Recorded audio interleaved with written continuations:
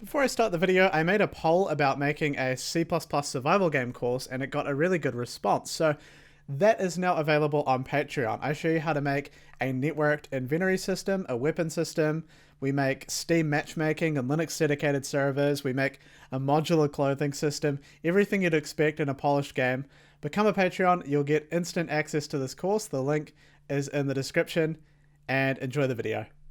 Okay, before the video starts, I am using Unreal Engine version 4.23, and I went to New Project, C++, third person, and then the name of the project is called Learning. I would recommend doing everything the exact same so that during this video you have maximum compatibility. Otherwise, some stuff in your project might vary from what I'm showing you. Okay, enjoy the video. Okay, so I'm going to be rushing because we have a lot of stuff to get through. So let's start with actors and components. Now, if you've done a little bit of Unreal Engine, you're probably going to be falling asleep during this part, but we have to talk about actors and components. So an actor is kind of anything that exists in the level. You can see that there are different actors that we can click on, and the world outliner here holds all of the actors that are in our level. You can spawn actors in, so if I shot a gun, I could spawn a bullet actor in, and then there's also actors that are just placed in the level. So you can both spawn actors in and place actors in the level. So here are some of the actors that are placed in the level. You can see here my player is actually an actor. And so these are some examples of actors. Actors are made up of components. So if I click on this cube here, you can see that there is a static mesh component. So this is an actor that literally has one component, and that is a mesh component. But if we look at the character is actually a little bit more interesting. So I'm going to click on the character here and open up the editor for it. And you'll notice that it's built up out of components, but it uses more components because there's a lot more that needs to be going on here. So, for example, the capsule component is the component that we use to make sure that the character doesn't just walk through walls. The mesh component is the actual part of the character we can see.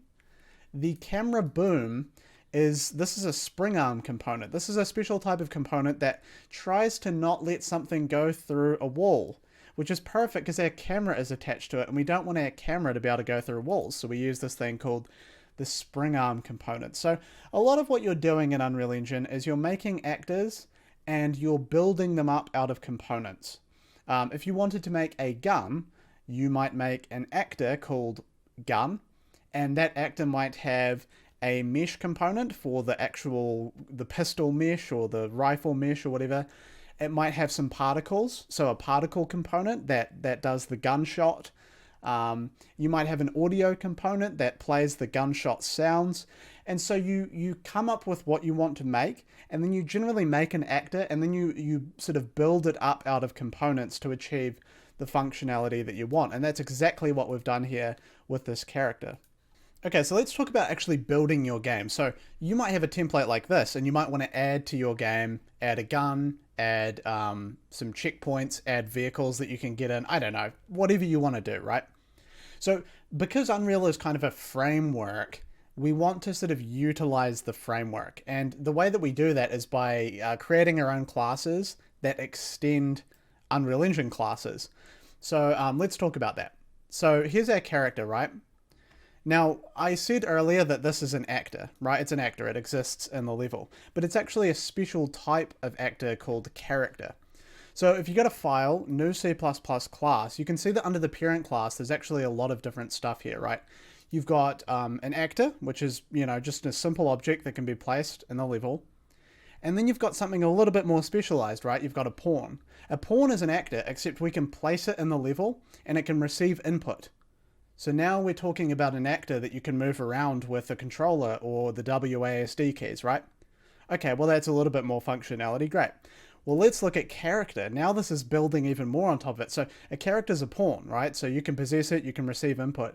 But now it's got even more stuff, right? So it's got like character movement. It's got some basic networking. It can walk, it can jump, it can fly, it can swim. So the idea is that instead of coding all of this stuff yourself, the Unreal framework has already built all this stuff for you, and you don't actually really need to do anything. The character class already defines how you walk and fly and swim, and then they just give you a lot of customization options. If we go into the character here and click on character movement, look at all these options we get for customizing the walking, the jumping, the falling, the swimming, flying. We can customize all of this stuff that's already been made for us. So at this point, you're probably thinking, well, that's great, right? We can harness all this stuff that Epic Games has made for us and put in the engine, right? You can walk, you can jump, you can fall, you can swim. But this seems very rigid, right? It doesn't really seem like it's very customizable. What if I want my player to be able to climb up stuff? Well, Epic Games haven't made that. So how do I make the ability to climb up stuff? And the answer is that we subclass. So what we do is we go to new C++ class, right? So think of it this way, right? We've got actor. The pawn is then an actor that can receive input. The character is then a pawn that can walk around and fly and swim and all that stuff. And now we need to subclass this further. So we click on character, and now we're going to subclass, and we're going to say my special character. So just as Epic Games have built on the actor and made the pawn and then made the character, we're going to build further on what Epic has already done and maybe create a climbing system or create, further functionality. And the way that we do that is through subclassing. Okay, so now that we've gotten like a really basic introduction about actors and components done, let's sort of talk about like how this even works, right? Because when you've opened Unreal for the first time and you hit play, it's kind of hard to really get what's going on here. Like, yeah, I get that I'm playing this character and he's made up out of components and that's all great, but like, how does this work? It's pretty cryptic. And we could go into the Unreal Engine source code and look at every single line, but it would take so long. I think there's more value in giving you guys sort of a high-level overview of what goes on. And to do that, I think we need to talk about the game mode. So if we go to Edit Project Settings, you'll see here that it says Maps and Modes. And if you click on that, you can see that there's this thing called the default game mode. And one gets created for you automatically. And we'll have a look at that in a little bit. But let's just go down and you can see that there's some things that the game mode actually defines, right? So the game mode defines what character we play. What is the pawn that gets spawned in? And in our case, the pawn that we play by default is this guy. And actually we can delete him from the level and hit play and we'll still play as this guy. He still gets spawned into the level. And that's because the game mode is defining that option. It's telling us to spawn him with that player. There are some other things like the HUD class, which defines, the UI that gets drawn on our screen. The player controller, which we're about to talk about. The game state and the player state as well are defined in here. Let's talk about the game mode as well. So yeah, the game mode defines like who we play as and things like that. But the best explanation that I can give you is the game mode defines the rules for our game, right? So what happens when you start playing the game? If your character dies, how do we respawn your player? Things like that are defined in the game mode. The game state is not so much defining the rules, but defining the current state of the game. So the game state is responsible for how many kills does each player have? How long until the next round is over? Stuff like that is defined in the game state. The player state defines information about our ping, what our username is, stuff to do with our own player's state. And the last and most important thing that I want to mention is the player controller. So the thing about the player controller, every player gets a player controller, and the player controller takes control of a pawn. So the pawn is it's this guy, the thing we can see. But the thing that is controlling my character right now is the player controller. So the player controller, you can't actually see it. However, it possesses pawns and allows them to walk around. And that's what Unreal Engine calls them. I don't know why they call it possess, but they do. So basically, our player controller is created when I hit play. The player controller then possesses this pawn and allows me to walk around. And this player is coded in such a way that when I press the WASD keys, it will then add input. Let's show you how all that is actually done. So if we look at Visual Studio here, we have our learning character and our game mode. These are classes that have been created, and we'll probably go and create our own custom one. But I think because we're short on time, I really just want to get through this quickly. And if we have some time at the end, maybe we could create some stuff. But let's look at the character. So I told you before that the player controller will take control. It will possess our character and then allow us to play it. But that doesn't really answer the question of, when I press WASD on my keyboard, why does the character run around? How has that been set up? So let's talk about how that works. Unreal Engine has an input system. If you go to Edit, Project Settings, and you go down to Input down here, you can define two types of mappings. There's something called an axes mapping, and there's something called an action mapping.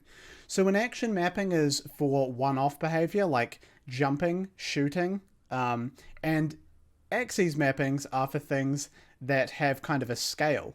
So move forward, W is 1 and S is -1. So there's kind of a scale to moving forward. Or there's a scale to turning. We use the mouse for doing that. But when you jump, there's no scale. You just press the spacebar once and then the character jumps. So when you create this project, it comes with the default character with the template, and there's some code that comes written in here for you. That's the whole point of a template, is that, you know, there's already a bit of code here for you. But notice that it subclasses the character class.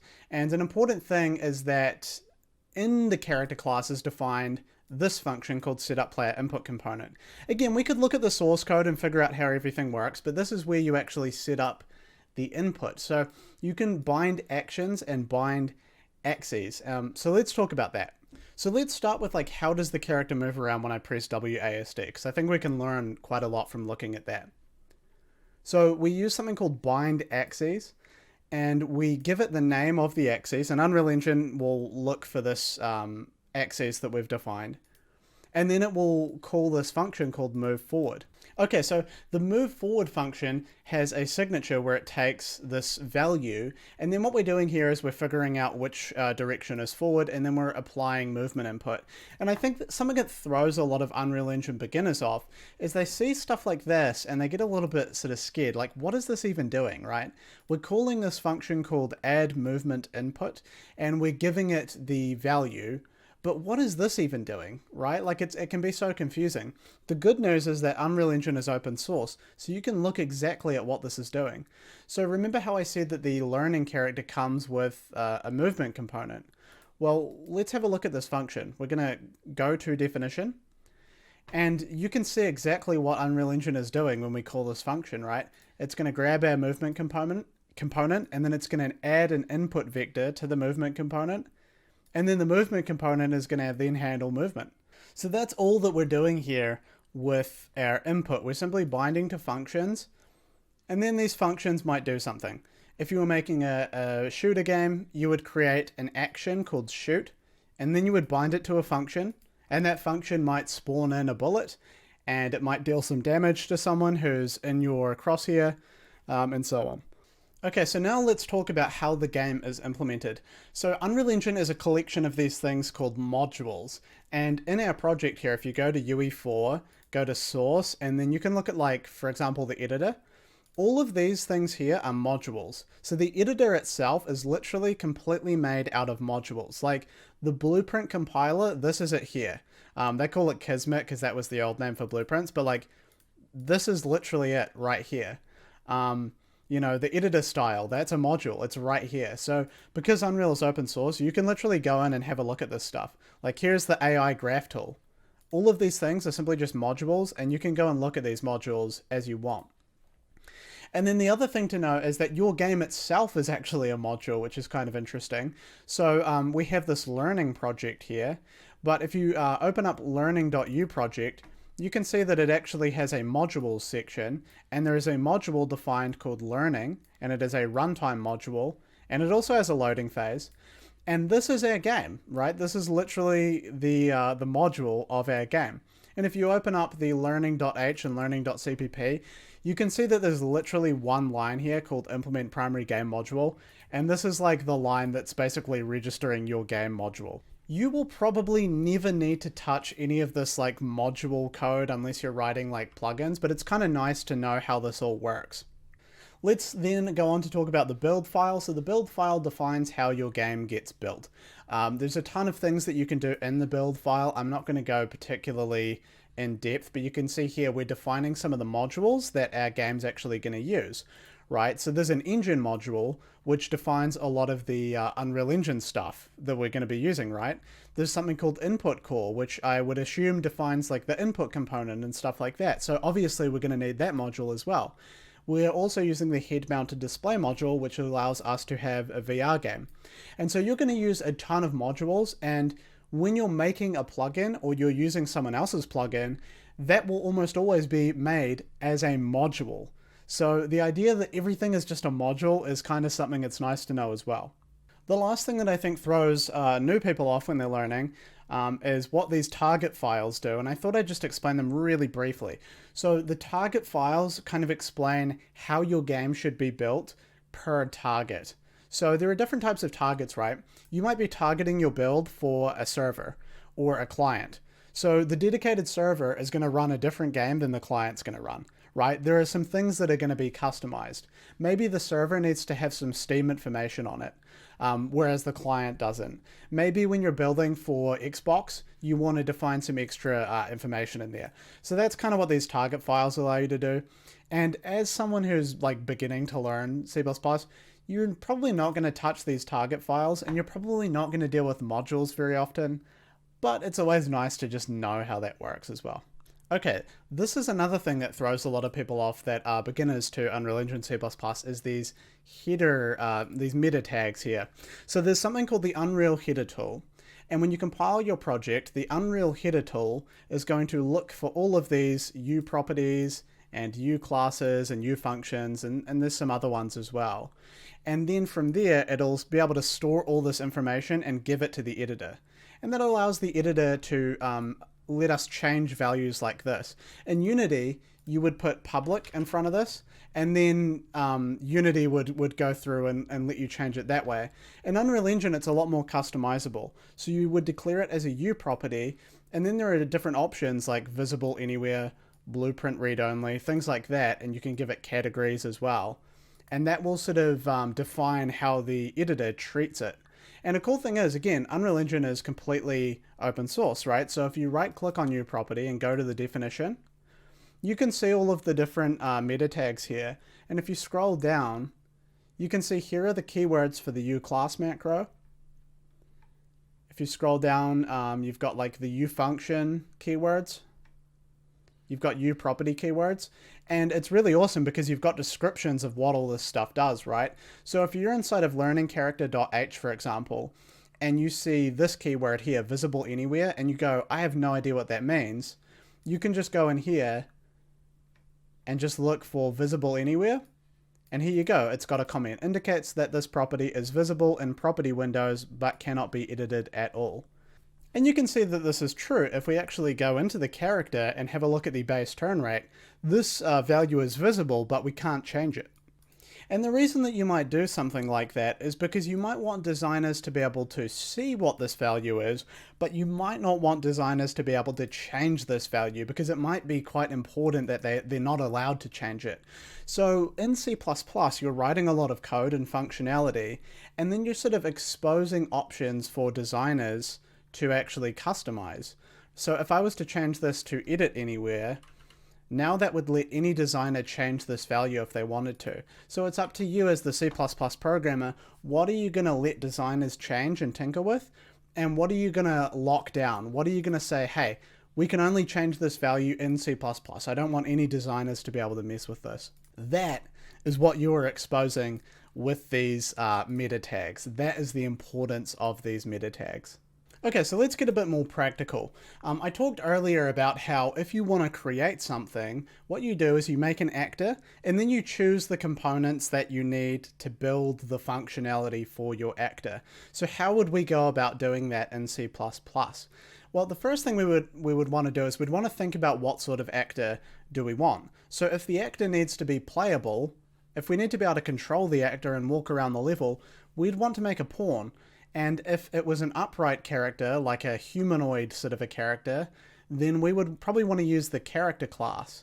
But if our actor was maybe a bullet that gets shot out of a gun, then we would probably want to use actor instead. So there's different parent classes that define different functionality. Let's create a bullet, by the way, because I think a bullet would be fun to do. So we're going to select actor as our base class. And then we'll go to next, and we need to create a name for the actor. I'm just going to call it Bullet. I think that would work fine. And then go ahead and click on Create Class. A good habit to get into the practice of, even if you're a C++ developer, is looking at blueprints and prototyping in blueprints. So I might decide to prototype my bullet in blueprints before I go on to create it in C++. And in fact, blueprints work for a lot of things. C++ is great for performance, but sometimes you really don't even need to use C++. So I thought we'd prototype our bullet before we just go ahead and code it. So again, we make a, this time we're going to make a blueprint class. So just right click, make an actor, and I'm going to call this BP underscore bullet.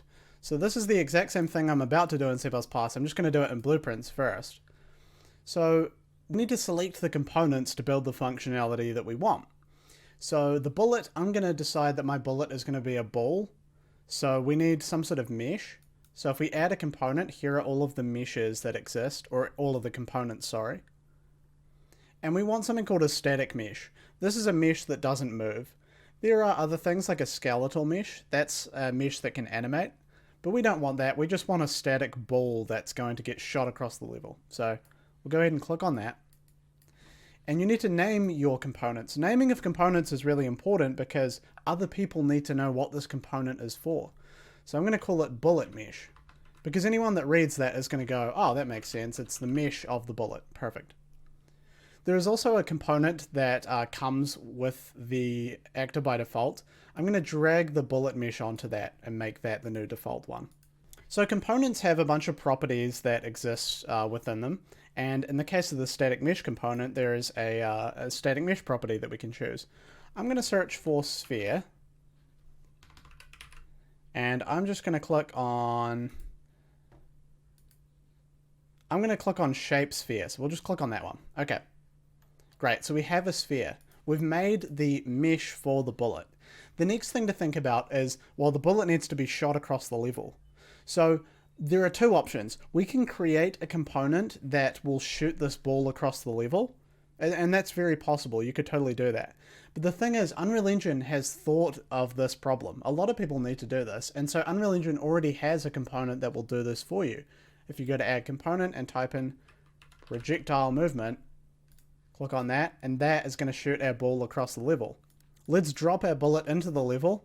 Let's go to the details panel, and we'll click on the projectile movement, and we're going to search for speed, and there's initial speed and max speed. Let's set both of those to be like 3000. And then go down to where it says simulate and click on simulate. And notice that when I hit simulate, the ball gets shot across the level. So notice how simple that was. Like, we didn't even write code. We literally just added two components and now we have a bullet. So it's super easy to do in Blueprints, of course, but this is a C++ video. So how do we do what we just did in Blueprints in C++? Well, we're going to go back to Visual Studio. I'm going to close this and I'll show you exactly how to do the same thing, but in C++. Okay, so we're going to start off with this problem of how do we add a component in C++? So in Blueprints, we just click a button and that's it, it's done. Well, in C++, we have to use something called create default subobject. And that is such a bad name. Like, I wish it was called create component because it would be so much easier for people to understand. But for some reason, it is called create default subobject. And a subobject, you can create things that aren't components as well with this function, but this is the function that you use to create a component. So again, I don't know why it's called this, it's so confusing, but anyways. So this is a function that actually is a template function. So in these brackets here, we're going to pass in the type of component that we want to create. So in our case, we want to make something called a static mesh component, but instead of clicking the add component button, we use this function and then we pass use static mesh component to it. And then you simply just type the name in here. So we would say bullet mesh. And so when we run this code, this is going to give us the same effect, but just in C++. The problem with this approach is that it kind of sucks, right? Like in the editor, it's so easy. You click the add component button. If you want to change the static mesh, there's a handy little drop-down menu. But it's really confusing to do this in C++. If I want to set the static mesh, I have to do set static mesh, And then I need to get a reference to a mesh, which is really confusing to do in C++. So this is why I urge people who want to learn C++, learn to use blueprints as well, because the two really do have to work together, and you really want to use the editor as well as your code. So I'm going to show you the best approach to using these two things together. So what I've just done is I've created a static mesh. The problem is that I can't edit that static mesh inside of the editor. How do we do that? Well, we need to go back to this thing that I talked about before, the U property. So to gain the ability to edit this static mesh in the editor, which is my goal, because I don't want to have to use C++ to modify this component. It is such a pain to do that. You really want to expose it to the editor. So let's talk about how you would do that. It's actually really simple. We'll just go anywhere in our header file. I'm just going to put it here. And we're going to make a U static mesh component, a pointer, and I'm going to call that bullet mesh. And because we want to edit this in the editor, we mark it as a U property, and we're essentially just saying, hey, editor, you need to know about this. The Unreal Header tool is going to go through, it's going to see that we've put this here, and it's going to tell the editor, hey, you need to know about this bullet mesh. I want you to be able to do stuff with this. Doing this alone is not enough though. We actually need to say edit anywhere. We want to be able to edit the bullet mesh anywhere. If we wanted it to just show up, we could do visible anywhere, but then we wouldn't be able to edit it. So I'm going to do edit anywhere. And then we're going to give it a category as well. And the category I'm going to give it, I'm just going to say components, right? Because this is one of the components that makes up our bullet. Okay, cool. So coming back to create default subobject, what that's going to do is it's going to create a static mesh component, and then it's going to return it to us. So all we have to do now is just store it in this variable that we just made. So we just say bullet mesh equals create default subobject. Easy, done. Now, because this is C++, we do need to include the header file for static mesh component. You may need to Google this if you don't know where it is, but in my case, I know that it's in the components folder, and it's static mesh component.h. So you just include the header file for that. The last problem you're going to have is that you can't compile this code because the header file is over here, and the compiler is going to look at this and say, I don't know what this is, because the header file's in here. It's not in here. So we could add the header file in here, but that's actually bad practice. You don't want to do that. What we're going to do is forward declare it by just saying class. And that just tells the compiler, don't worry about looking for this yet, because we will define this in here, I promise, but just ignore it for now, okay? That's the best way of explaining it that I know. It sounds stupid, but just put class there. And then simply click local Windows debugger, and it should be good to go. You will want to make sure that you have development editor and Win64 selected. And you will have also needed to right click on this and set it as your startup project. If you haven't done so, you can just click on set as startup project as well. So let's see what we've just done with our lovely C++ code we just wrote. If we go to C++ classes and drag our bullet into the level, what we have is a bullet actor. So congratulations, we've created a C++ actor, and you can see the bullet mesh that we created is here. And because we did edit anywhere, it actually shows up and we can change different stuff about it. And in our case, what we actually want to do is go to static mesh, and we're just going to do the same thing that we did before, sphere. And click on shape sphere. And there we go. So now we have the same thing, just in C++. The one thing I didn't create in C++ yet is the projectile movement component, so if I hit play, it doesn't go anywhere. But you can see that this is like a starting point. We've created a component. One thing that I really want to stress is that blueprints are not evil. Like, you are going to want to use blueprints because the blueprint editor is great. It really is. It's awesome. So here's the thing, right? If I just spawn a bullet in when I shoot, it's not going to have the mesh set up, right? Like, it's not set up properly. If I just spawn this in, you can see this is nothing. So I'm going to be shooting nothing. I want to shoot these things, right? So a really good way to design your game is to design the functionality in C++ and then use blueprints to actually set up values. So if you right click on our bullet that we just made in C++ and create a blueprint class based on it, I'm just going to call this BP underscore my bullet, and I'll put it in the content folder.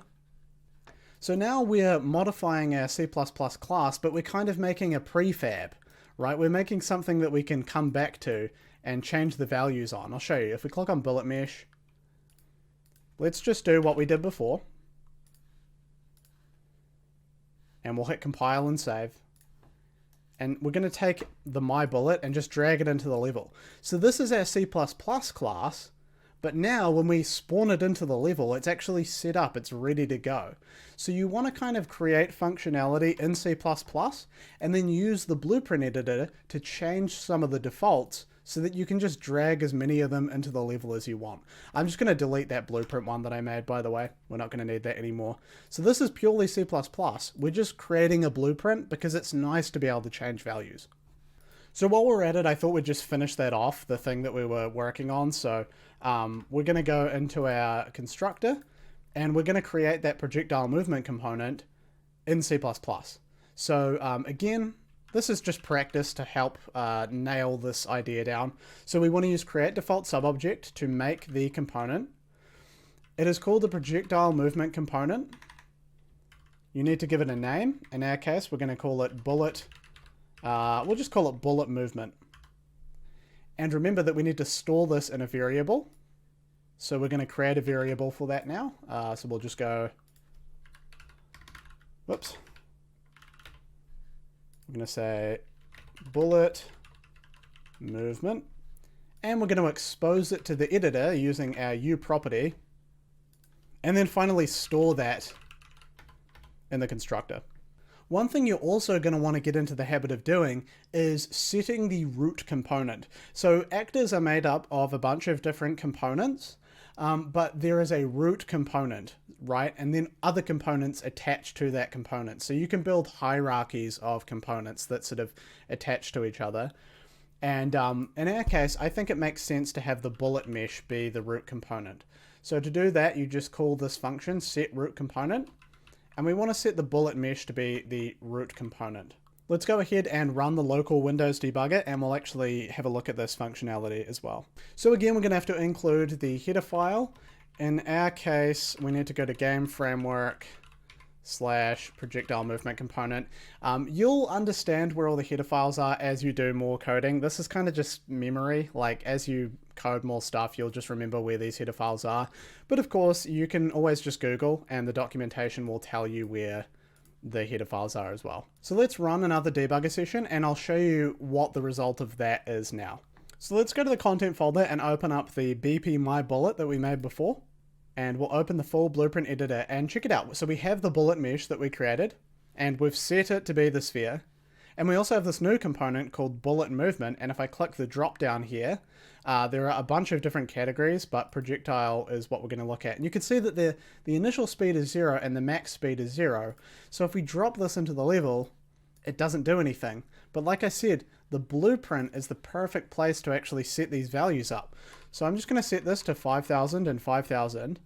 We'll hit compile, hit save. And now, when you drag this into the level, it's already set up. It's ready to go.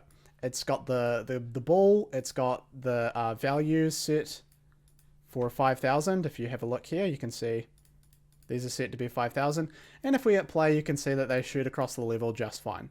Lastly, I kind of want to talk about best practices when it comes to these components. So while blueprints are nice for changing values, if you can change a value easily in C++, you probably should.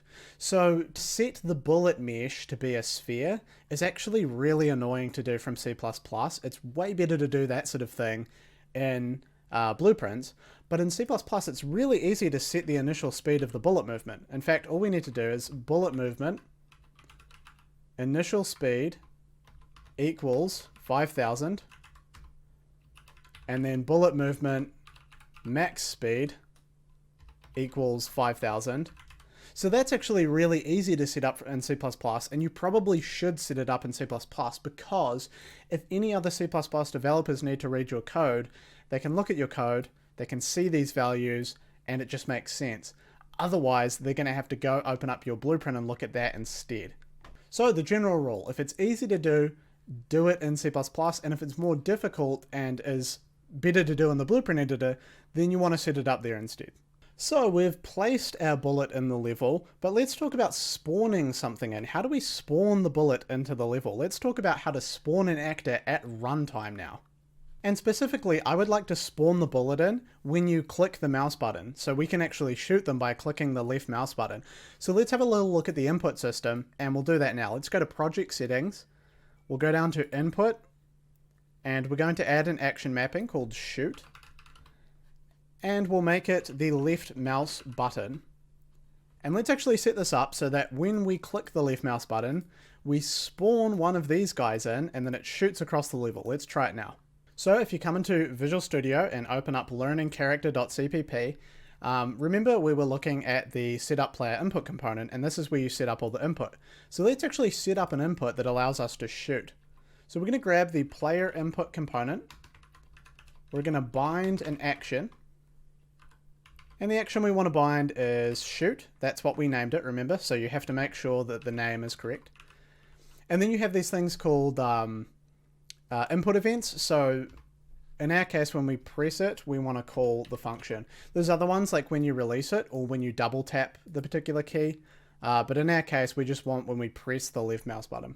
Then you need to tell the input component what function it needs to call when we press the left mouse button. And we haven't actually made a function yet, so let's make a function. So in the section here, we'll just put it here, why not? And I'm going to call it void shoot. And then we can right click and go to quick actions and create a definition. So what we're going to do is we're going to say we want to call the learning character shoot function when you press the left mouse button. So now when you press the left mouse button, the input component is going to call this function for us. Alright, so I feel like we're getting slightly ahead of ourselves, so I want to show you a little bit more of a simple concept before we start spawning stuff in.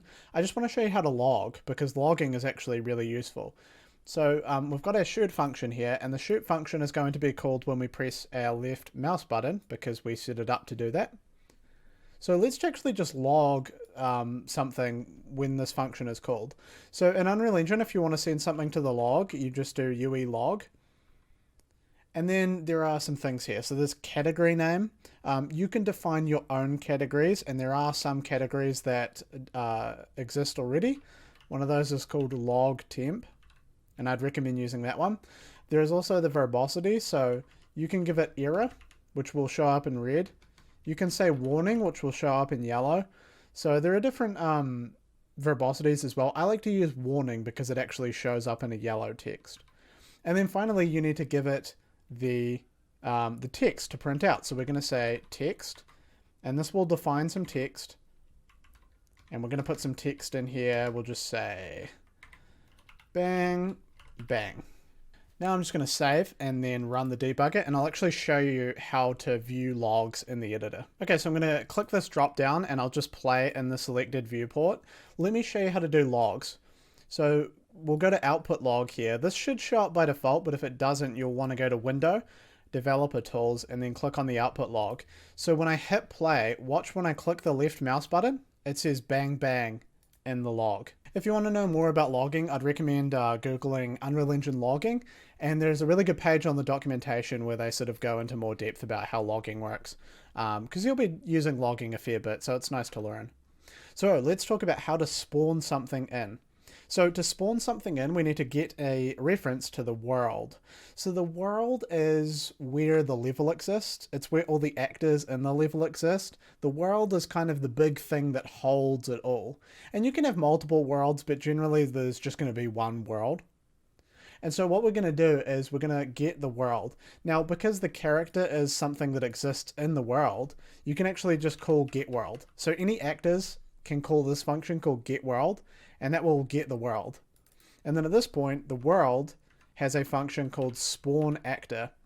So we're going to talk about how to spawn an actor. The first thing to know is that it is a template function. So you want to tell it what type of actor to spawn in. And in our case, it is called bullet. So we want to spawn the bullet. Notice the bullet has an A before it, by the way. That's because it's an actor. And you also notice our character has an A before it. That's because it's also an actor. So the A is just a nice way to visualize and show people, hey, this is an actor. Okay. So when you're spawning something in, it actually needs to know some information. The first thing it needs to know is like, what type of bullet are we spawning in? We could spawn in the default bullet, but you remember we actually wanted to spawn our blueprint bullet. You remember that we blueprinted the bullet and then we set up some values? We want to spawn that bullet in. So what we really want to do is spawn the blueprint in. We don't just want to spawn this in, because remember, this doesn't really have any stuff set up. It just has that set up, but it doesn't have the mesh or anything. We want to spawn the blueprint. So how do we do that? Coming back into learning character.h, I'll show you how to get a reference to a blueprint. So we're going to type T subclass of, and then in brackets, we're going to say a bullet. And again, we're just using that forward declaration thing that I showed you. And we're going to say this is the bullet BP. And we want to be able to change this from within the editor. And you remember, how do we do that? We use U property. And we say edit anywhere. And we're going to give it a category. I'm just going to say that the category is bullet. Or we'll call it shooting. It's in the shooting category.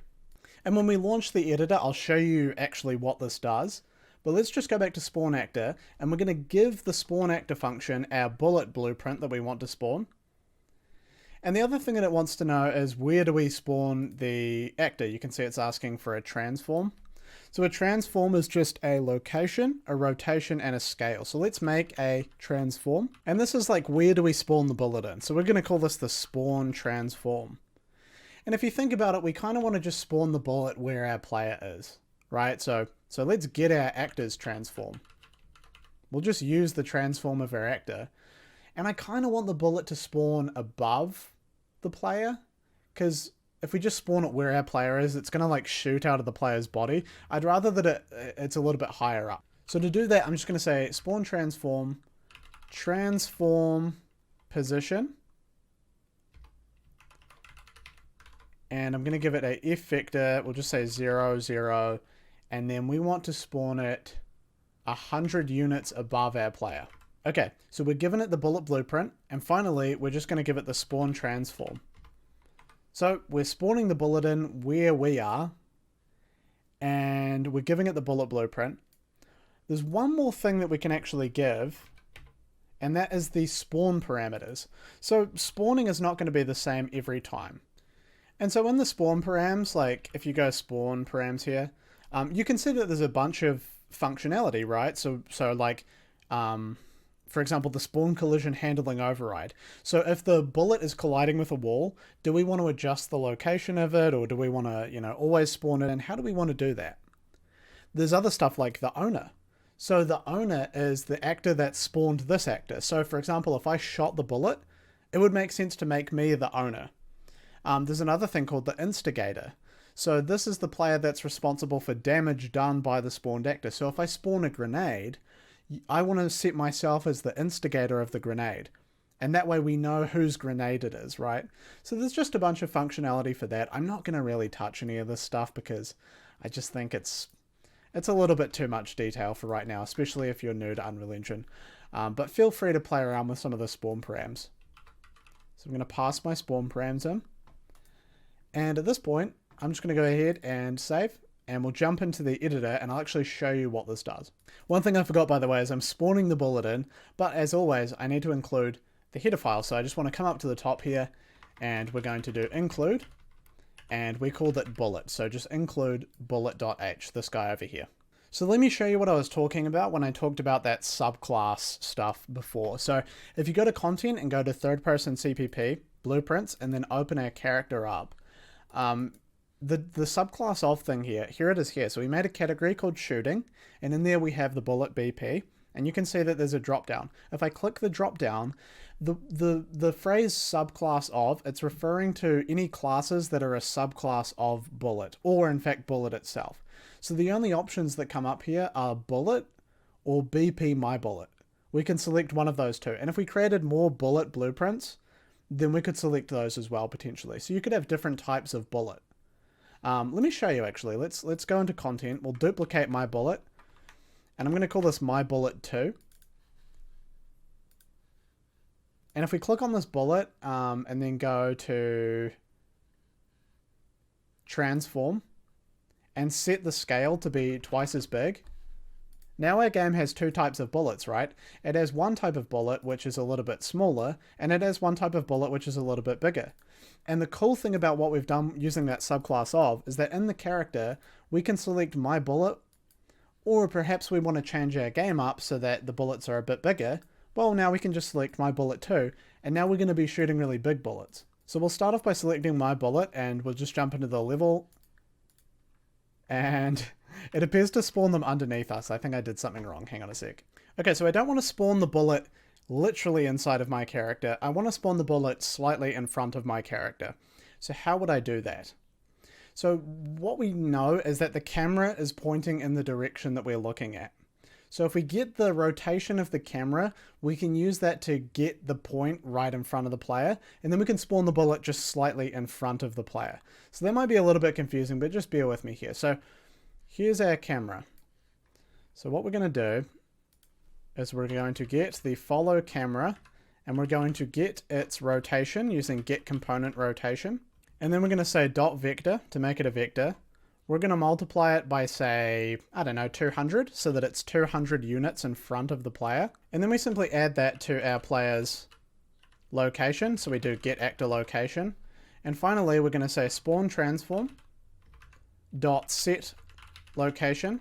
And so what this is just a little bit of vector maths, and you might want to do some reading up on vector maths if you're not super familiar with them. But basically what this is allowing us to do is get the point that's 200 units in front of my player, and that's where we're going to actually spawn the bullet in. So let's go ahead and run the debugger. Okay guys, so if we jump into the game, you can see that I'm now shooting these balls. The rotation is not matching my camera's rotation because we've not set it up to work like that. It's simply going to shoot in the direction that my character is facing in. And if we go into the character and change the ball to be the bullet 2. So let's go ahead and find... Oh, we were actually shooting bullet 2. If we go my bullet, you can see now the bullets are going to be smaller. So we're using these blueprint classes to create different kinds of bullet as well. That's the other power of blueprints, is the power to sort of define different values and create different effects. This is how you would create different types of weapons, different types of bullets, different types of cars, and so on. Okay, so I thought for the end of this video, because we've only got like 14 minutes left, I thought we'd talk briefly about networking, because Unreal is, I feel like Unreal's almost made for online games. It is really good at handling networking. And you don't really need to be very like clued up on how networking works per se. Because Unreal has something called the replication system, and so you basically just learn the replication system. And the great thing is that Unreal's kind of networked by default. So if you click this drop down and select perhaps 3 players and then click on new editor window, it's going to create 3 players here.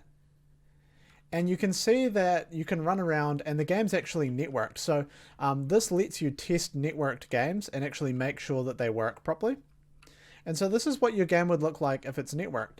Have a look though, if I shoot a ball, notice the other players don't actually see the balls that I'm shooting. So if you create new features, they're not going to be networked. You need to develop your game with networking in mind. You can't just add in networking. It doesn't really work like that. But things like the character movement are networked. So when I run around, other people see me run around. And it has some other really cool tech built into it. Like being server authoritative and being predictive and some other things. But let's go ahead and just really briefly talk about networking. So notice that when I hit play, it says Learning Game Preview Server, and then it's also got Client 1 and Client 2. You can see that each of the windows has a different thing. So it's important to know that when you're playing an online game, say there are 10 players in the game, there's actually 10 separate instances of the game running, right? One on my computer, one on player 2's computer, player 3's computer, and so on. And the goal of a networked game is to keep all of our games in sync. We need to be seeing the same thing. And that's what I mean by replication system. We're replicating the same experience across multiple different machines. Notice that one of these players is the server though, and the server is the person who we put in charge of the game. So imagine a game where you have an inventory and you want to use an item. Well, say that you're using a health potion, right? What you would do is you would tell the server, this guy here, you would tell him you want to use the potion, and then the server's machine would actually process that request and then grant you some health. We don't let clients drink the potion themselves because you can actually cheat, right? You can use software like Cheat Engine and basically hack and make it look like you've got health potions when you don't. However, if we put the server in charge, the server should hopefully not be cheating, right? And this is why in some games like Call of Duty, if you wanted to host a hacked lobby, you would need to be the server, because only the server gets to grant stuff like that. And this is called server authoritative. So I'm on the server, I'm shooting, nothing happens. If I go to the client and I shoot, nothing happens. Let's talk about how replication works. I'm going to open up BP My Bullet. And there's actually a checkbox here called replicates. So you need to set an actor as replicating. It won't just do that by default. And when you turn on replication, that doesn't just do everything for you, right? It's not perfect. But one thing that it'll do is if the actor spawns something in and it's marked as replicates, then it will show up on all the other clients too. So let me show you that now. So check it out. When I'm on the server and I shoot, you can see that it spawns the bullet in. However, if I go to the client and try to shoot, notice that it does not do anything. The client shoots his own bullet, but none of the other players in the game see the bullet. Because remember, the server is in control of spawning actors in. And so if the server spawns a replicated actor, this will notify all the other players in the game to also spawn that in. But if me, just a humble client, if I just try spawn it in, none of the other clients in the game receive the information that I shot, because I am not authoritative over the game. The server is.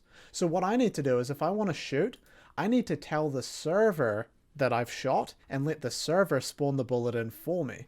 The whole reason we're doing this is because if we make the server spawn the bullet in, then the server can check that we have enough ammo, it can check that we actually hit another player and stuff like that. The server needs to be in charge of the rules, otherwise players can cheat. So we've established that if you're a client and you try to shoot a bullet, we don't shoot the bullet, we need to tell the server to shoot the bullet. So let me just give you a really quick run through of how you'd actually do that.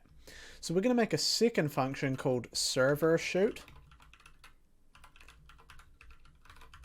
And to make a function that is called on the server, what you do is you put ufunction, and then you want to do server, and then you can put reliable, which means always call the function, or if you do unreliable, it will try to call the function, but if it's really laggy, it won't call it on the server. Because we need to send a network request to the server to make this happen. In the case of shooting, we want it to be reliable, because we want to always shoot. It doesn't matter how laggy it is, we want to always attempt to shoot. And I'm using Visual Studio, Visual Assist, sorry. So if I click on this, it's going to implement it for me. But what you want to do is implement the function and then just add underscore implementation onto the end. And so when we try to shoot our gun, we're going to check if we're the server. And if we're not the server, then we need to tell the server to call this function instead. We don't want to spawn the bullet in, we want the server to spawn the bullet in.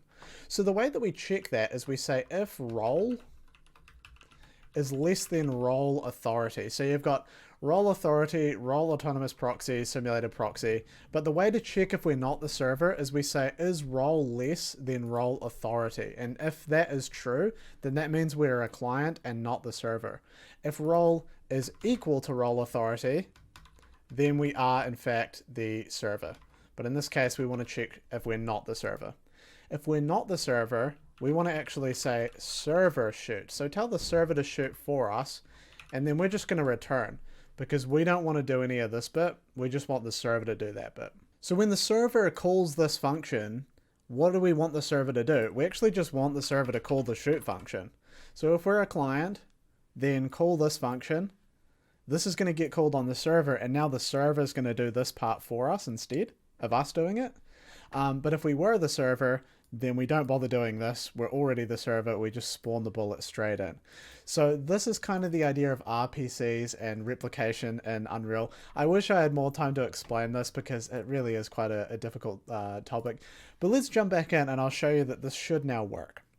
Okay, so check it out. I'm the client, and when I shoot, it now shoots the bullet properly. You can see that when I shoot, I'm actually telling the server to spawn the bullet in. The server then spawns the bullet in for me, and because the bullet's replicated, everyone in the game can see it. There is a lot more to networking than just this. This is just a really basic example of networking. And also note that if you were to ship this game and someone was really laggy and they went to shoot a bullet, it's going to take some time to tell the server to shoot the bullet. So if you're really laggy, you might click the mouse button to shoot, and then it might only shoot the bullet 1 second later because you're on a slow connection. So that's the super duper basics of networking. I could probably, if we do a follow-up video, I could explain more about networking, but I think that's about an hour. So I'm going to leave it there, guys. Thank you very much for watching, and I'll see you in the next video. Once again, I'd like to quickly mention my C++ survival game course. It is now available on Patreon. The course comes with around $1,000 worth of assets alone, with a modular character and weapon assets that you can use in your own games, and the first 22 lectures are already up on Patreon now. Click the link in the description to learn more.